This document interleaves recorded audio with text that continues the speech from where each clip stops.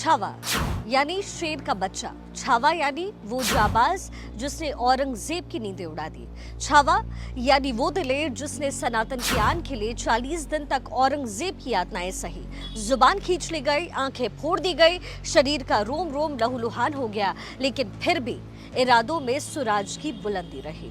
नमस्कार दोस्तों, आजकल सिल्वर स्क्रीन पर छावा की जाबाजी सिनेमा प्रेमियों को अपनी ओर खींच रही है। फिल्म काफी पॉपुलर हो रही है।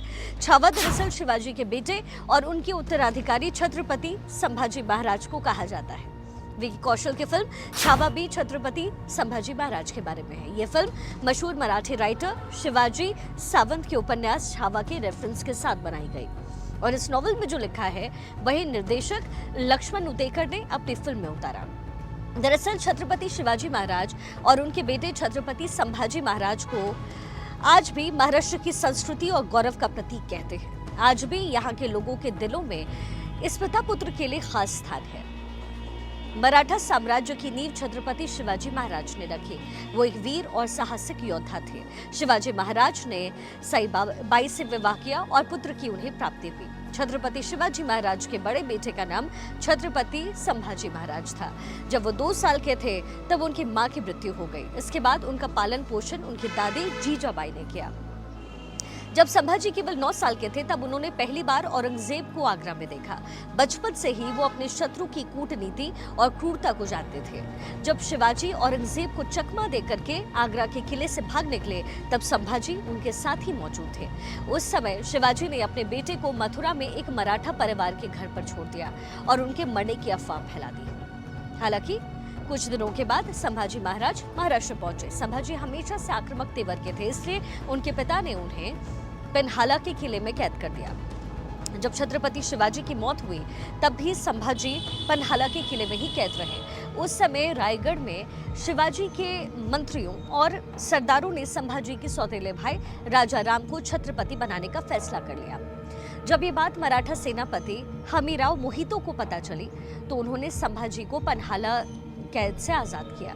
मोहिते की मदद से संभाजी ने रायगढ़ जिले पर कब्जा किया और राजा राम उनकी मां समेत कई लोगों को जेल में डाल दिया।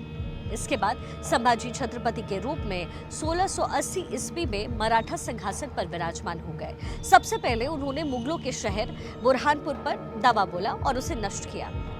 इसके अलावा संभाजी ने औरंगजेब के बेटे अकबर को भी पनाह दी और औरंगजेब को पता चला कि छत्रपति संभाजी महाराज ने बीजापुर और गोलकुंडा पर विजय प्राप्त कर ली तो उसने बड़ी तादाद में मुगल सेना इकट्ठा करके संभाजी के ऊपर धावा बोल दिया।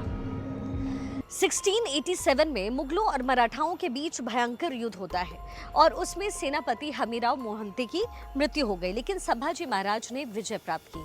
फिर 1689 में छत्रपति संभाजी महाराज एक बैठक करने के लिए संगमेश्वर पहुंचे तो वहां पर पहले से ही मुगल सरदार मुकर्रम खान की सेना मौजूद थी। मुगल सेना ने घात लगा करके संभाजी पर हमला बोला और इस हमले में कई लोगों की मृत्यु हुई और संभाजी महाराज और उनके मंत्री कवि कलश को कैद कर लिया गया। छत्रपति संभाजी महाराज और उनके मंत्रियों को कैद करके बहादुरगढ़ ले जाया गया। वहां उन्हें 40 दिन तक मानसिक और शारीरिक प्रताड़ना दी गई।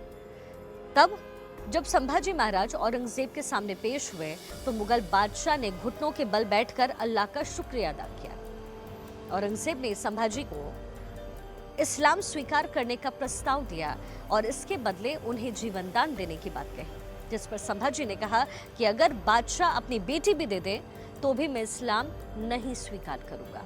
और इस तरीके से 40 दिन तक यातनाएं झेलने के बाद छत्रपति संभाजी ने प्राण त्याग दिए। लेकिन इसके आगे जो हुआ वो और भी ज्यादा भयानक था। छत्रपति संभाजी की मृत्यु कैसे हुई ये तो आपने जान लिया, लेकिन मैं आज आपको बताऊंगी कि उनके साथ हुए दुर्व्यवहार और उन्हें जो यातनाएं दी गई, मराठों ने उसका बदला कैसे लिया और कैसे संभाजी की मृत्यु के साथ ही मुगल सल्तनत भी अपनी मौत की ओर चल पड़ा। बिल्कुल सही सुना आपने मुगल सल्तनत के आखिरी बादशाह बेशक बहादुर शाह जफर द्वितीय थे, लेकिन इस सल्तनत की मौत की शुरुआत औरंगजेब की मौत के साथ हुई और जिस दर्द ने औरंगजेब की जान ली, दरअसल वो स्क्रिप्ट संभाजी की मौत के साथ ही लिखी गई और इसे लिखने वाला कोई और नहीं बल्कि मराठा शूरवीर ही थे। संभाजी की मृत्यु के बाद मराठाओं ने जो रौद्र रूप दिखाया, इसकी वजह से औरंगजेब मरते दम तक भागता रहा। दरअसल छत्रपति संभाजी की नृशंस हत्या के बाद मराठा क्रोधित हो गए और एकजुट होने लग गए। मराठा साम्राज्य के सभी मतभेद सुलझ चुके थे और केवल एक ही लक्ष्य बचा हुआ था, क्रूर इस्लामी शासक औरंगजेब का विनाश। मराठा साम्राज्य में कई बहादुर योद्धा थे। संगमेश्वर के किले में जब छत्रपति संभाजी अपने मुट्ठी भर मराठा योद्धाओं के साथ औरंगजेब के सिपहसालार मुकरम खान की विशाल सेना के खिलाफ युद्ध कर रहे थे, तब छत्रपति के साथ एक अन्य मराठा योद्धा भी अपनी बहादुरी दिखा रहा था। उनका नाम मालभोजी घोरपड़े था। इन योद्धाओं ने मुगलों से लड़ते हुए वीर गति प्राप्त की। घोरपड़े ने मराठा साम्राज्य के लिए एक जीवंत और स्वाभिमानी विरासत छोड़ी। वो जीवित विरासत थे मलहोजी के पुत्र संताजी घोरपड़े। संभाजी की हत्या के बाद औरंगजेब के सेनापति जुल्फिकार खान ने मराठा साम्राज्य की राजधानी रायगढ़ पर कब्जा किया और इस दौरान उसे संभाजी की पत्नी यशोबाई और उनके बेटे को बंदी बना लिया। इसके बाद सन 1689 में संभाजी के छोटे भाई राजाराम छत्रपति बनते हैं। छत्रपति राजाराम के शासनकाल के दौरान संताजी को मराठा साम्राज्य का सेनापति बनाया गया। संताजी के साथ एक और मराठा योद्धा भी थे जो मुगल सेना के लिए जो है उनके लिए काल से कम नहीं थे, मुगल सेना के लिए काल बन करके उभरे। धराजी जादव उनका नाम था। सेना को पूरा विश्वास था कि संभाजी के मृत्यु के बाद सबका मनोबल टूटेगा, लेकिन हुआ इसके उलट। इसके बाद ये कहानी और आगे बढ़ती है। मनोबल टूटने की बजाय मराठा अब औरंगजेब के खून के प्यासे हो गए। हर हर महादेव और जय भवानी के उद्घोष से मुगल सेना कांप उठी। कहते हैं कि मुगल मराठा साम्राज्य के आसपास की नदियों में अपने घोड़ों को पानी पिलाने के लिए भी नहीं रुकते थे। धराजी के साथ मिलकर संताजी ने मुगलों को लगभग 17 वर्षों तक भ्रम में रखा। उनका एकमात्र लक्ष्य औरंगजेब को खत्म करना था और तब संताजी और धन्नाजी ने धौलापुर में औरंगजेब पर हमला किया और उसके लिए यकीन करना भी मुश्किल हो गया। दरअसल औरंगजेब लाखों की सेना के साथ महाराष्ट्र के तुलापुर नाम की जगह पर अपना डेरा डाले बैठा था।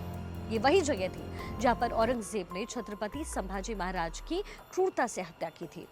गुरिल्ला युद्ध में परंपरागत जो पारंगत जो संताजी थे, उन्होंने 2000 सैनिकों के साथ औरंगजेब के सेना पर वो टूट पड़े। इस युद्ध के बारे में मुगलिया इतिहासकार काफी खान ने लिखा है कि तुलापुर की जंग के बाद संताजी की जो दहशत थी वो मुगलिया सेनाओं के दिल में घर कर गई। संताजी के सामने पड़ने वाला मुगलिया सैनिक या तो मार दिया जाता था या कैद किया जाता था। हालांकि बाद में हालात ये हुए कि सब में भगदड़ उनके नाम को सुनकर मच जाती थी।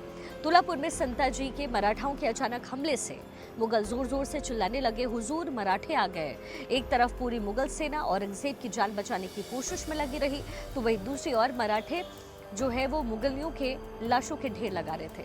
वहीं दूसरी तरफ औरंगजेब भागता रहा। इतना कत्लेआम हुआ कि औरंगजेब अपनी जान बचाकर भागा। औरंगजेब की जान बच गई, लेकिन पूरे मुगल साम्राज्य की नाक कट गई और औरंगजेब पर भगोड़े का ठप्पा लग गया। उसके बाद कहते हैं कि औरंगजेब भागता ही रहा और उसके बाद वो कभी भी वापस लौट कर नहीं आया। लेकिन वो महाराष्ट्र में घूमता रहा, पूरे टाइम वो भागता रहा क्योंकि वो मराठियों से खुद को बचाना चाहता था। और होते होते हुआ ये कि औरंगजेब की जान ऐसे ही भागते दौड़ते चली गई। तो ये थी संभाजी की कहानी और ये है मराठा योद्धाओं की कहानी।